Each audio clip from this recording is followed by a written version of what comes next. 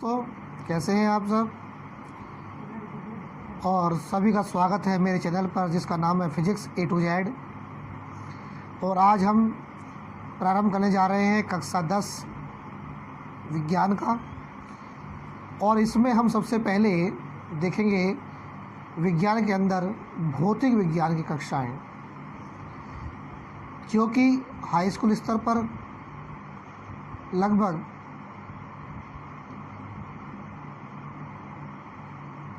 23 number का portion आता है। और इसमें भिन्न भिन्न पाठों से भिन्न भिन्न प्रकार से प्रश्न पूछे जाते हैं। तो सभी ध्यानपूर्वक वीडियो को अंत तक देखें। और जो हमारे इस YouTube चैनल पर नए आए हों वो इस चैनल को सब्सक्राइब अवश्य करें, साथ ही बेल का आइकन अवश्य दबाएं ताकि अपलोड होने वाली प्रत्येक वीडियो का नोटिफिकेशन आपके पास सबसे पहले पहुँचे और वो वीडियो आपको सबसे पहले मिल सके। तो प्रारंभ करते हैं भौतिक विज्ञान कक्षा 10 के लिए। और इसमें सबसे पहला पाठ है जिसका नाम है अपवर्तन और परावर्तन। अध्याय अपवर्तन एवं परावर्तन।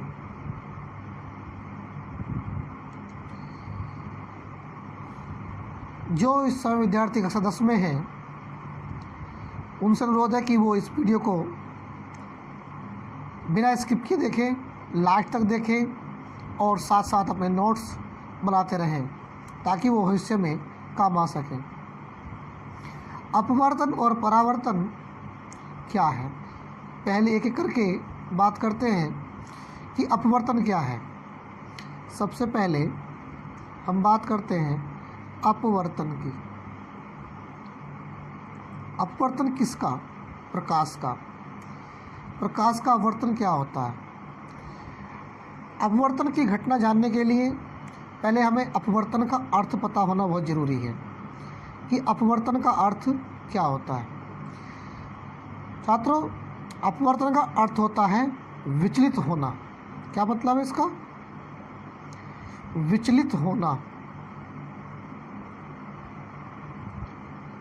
अर्थात कह देते हैं, कहावत है कि जब भी कोई व्यक्ति अपने मार्ग से भटक जाता है तो हम कह देते हैं कि वो विचलित हो गया। तो इसी प्रकार से प्रकाश के लिए भी कहा जाता है कि जब प्रकाश अपने मार्ग से भटक जाता है अर्थात वो विचलित हो जाता है तो उस घटना को हम प्रकाश का अपवर्तन कहते हैं। अब बात आती है कि प्रकाश का अपवर्तन होता कैसे है। तो इसके लिए हमें कुछ बातों का जानना जरूरी है, क्योंकि हम जानते हैं प्रकाश प्रत्येक माध्यम में चलता है। माध्यम ठोस हो, द्रव हो या गैस हो, प्रत्येक माध्यम में चल सकता है। अगर हम बात करें ठोस की, बात करें द्रव की और बात करें गैसीय माध्यम की। ठोस में क्या हो सकता है?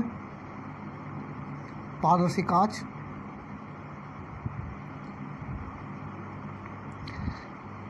द्रव में क्या हो सकता है? जल हो सकता है या अन्य द्रव्य पदार्थ हो सकते हैं।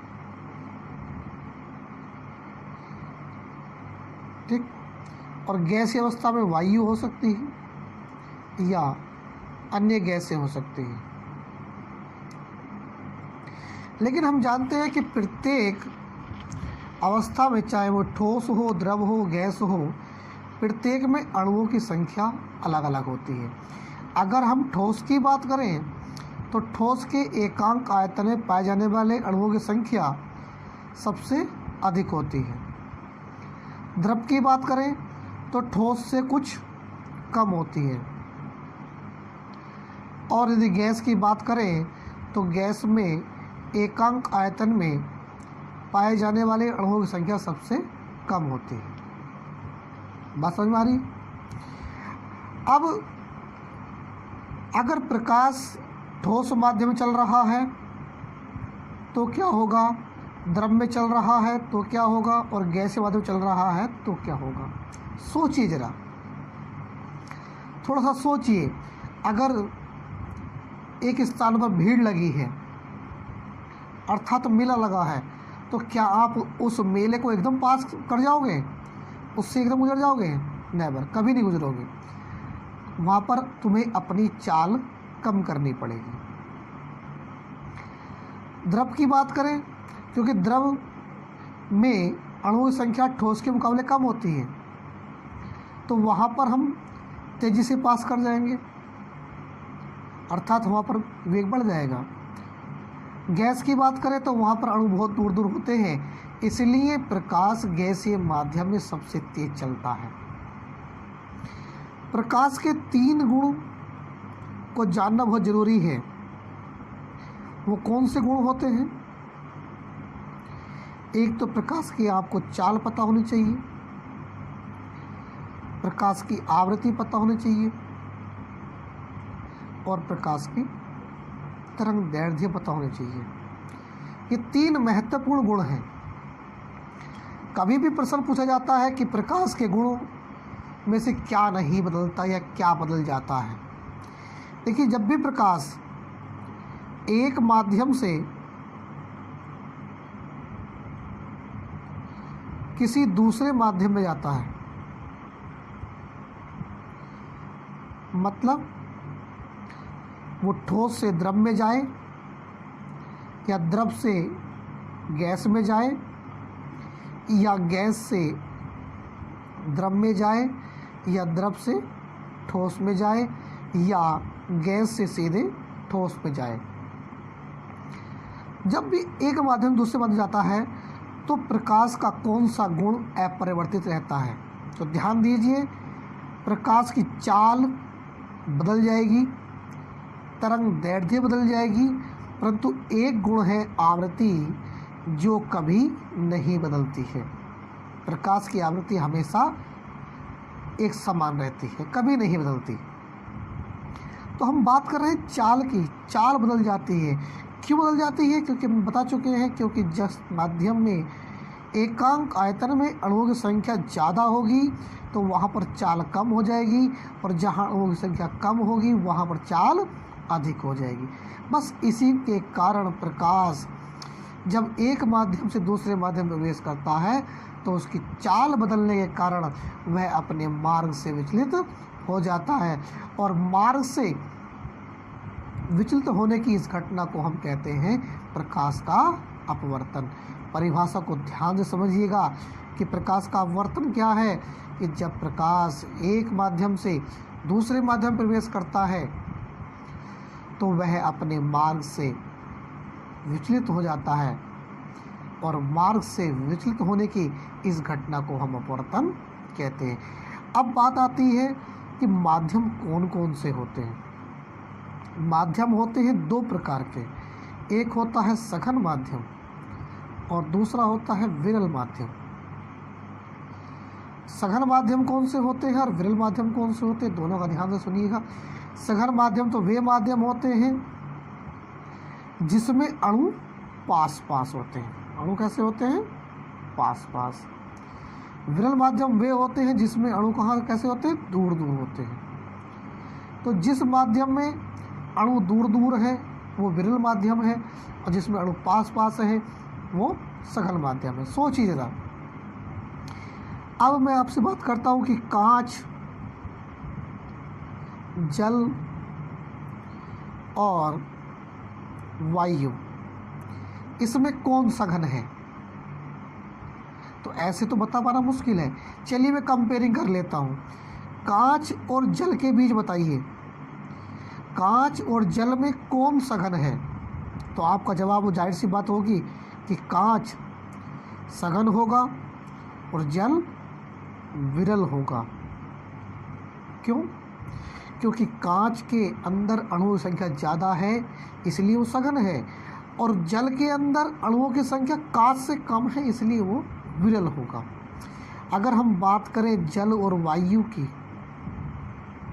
कि जल और वायु में कौन सघन है कौन विरल है, तो आपका जवाब होगा कि जल सघन होगा और वायु कैसा होगा, विरल होगा। क्यों? अरे भाई जानते हैं कि जल के अंदर अणुओं की संख्या वायु के अंदर अणुओं की संख्या से बहुत ज़्यादा होती है, इसलिए जल वायु के सापेक्ष सघन है और वायु जल के सापेक्ष विरल है। तो इस प्रकार से हमने समझ लिया कि सघन माध्यम कैसा हो सकता है और विरल माध्यम कैसा हो सकता है। अब हम बात करते हैं कि प्रकाश सघन से विरल में जाता है तो क्या होता है और विरल से सघन में आता है तो कैसा होता है। तो ध्यान से देखिएगा, बिल्कुल भी स्किप मत कीजिएगा, समझते जाइए पॉइंट टू पॉइंट। चलिए चित्र नंबर हम 1 की सहायता समझते हैं। चित्र पहले हम समझाते हैं कि प्रकाश एक ऐसी सतह पर गिरता है जो दो माध्यमों को अलग अलग कर रही है। अर्थात ये कि एक कांच का गुटका है, ये कांच गुटका है, ये इसकी परत है। अब बताइए कांच के गुटके के ऊपर क्या है? क्या है ऊपर? अरे वायु है भाई। वायु कैसा माध्यम है? विरल।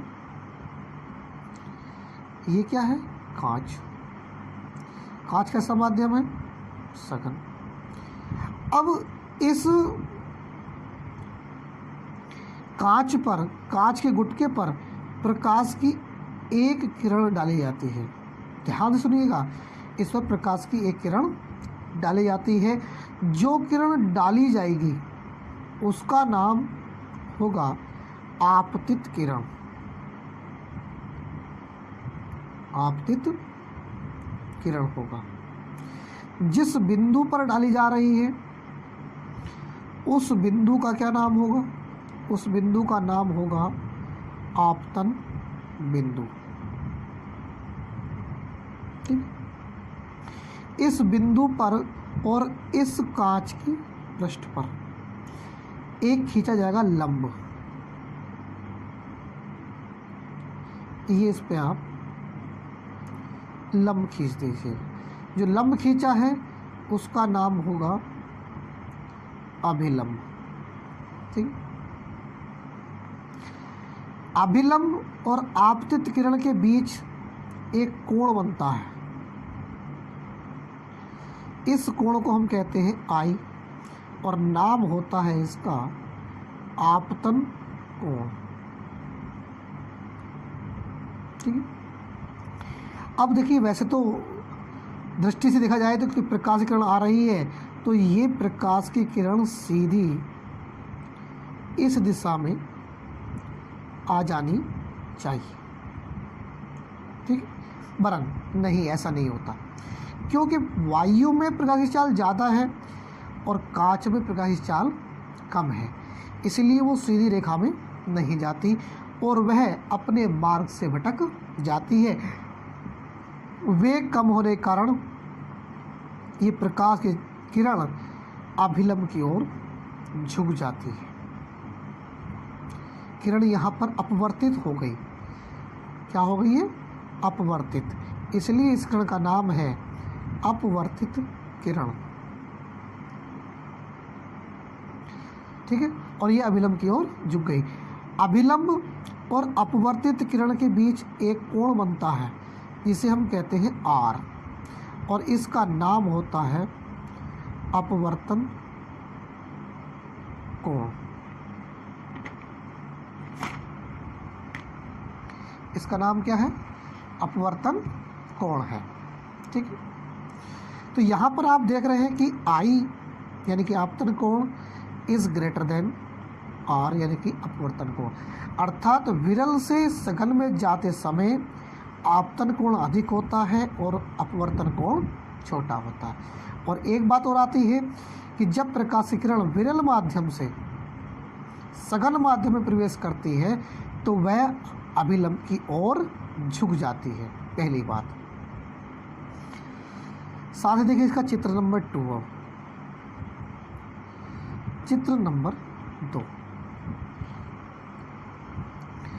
चित्र नंबर 2 देखें और इसे समझें। हम चित्र नंबर 2 में क्या देखते हैं कि हम कांच के गुटके को उपरोक्त साइड लेते हैं।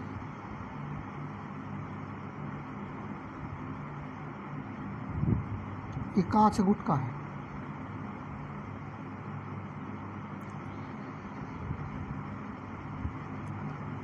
ठीक है, और नीचे ये वायु है।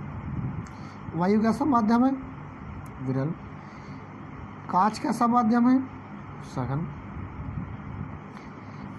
इस कांच में से एक प्रकाशीय किरण आ रही थी।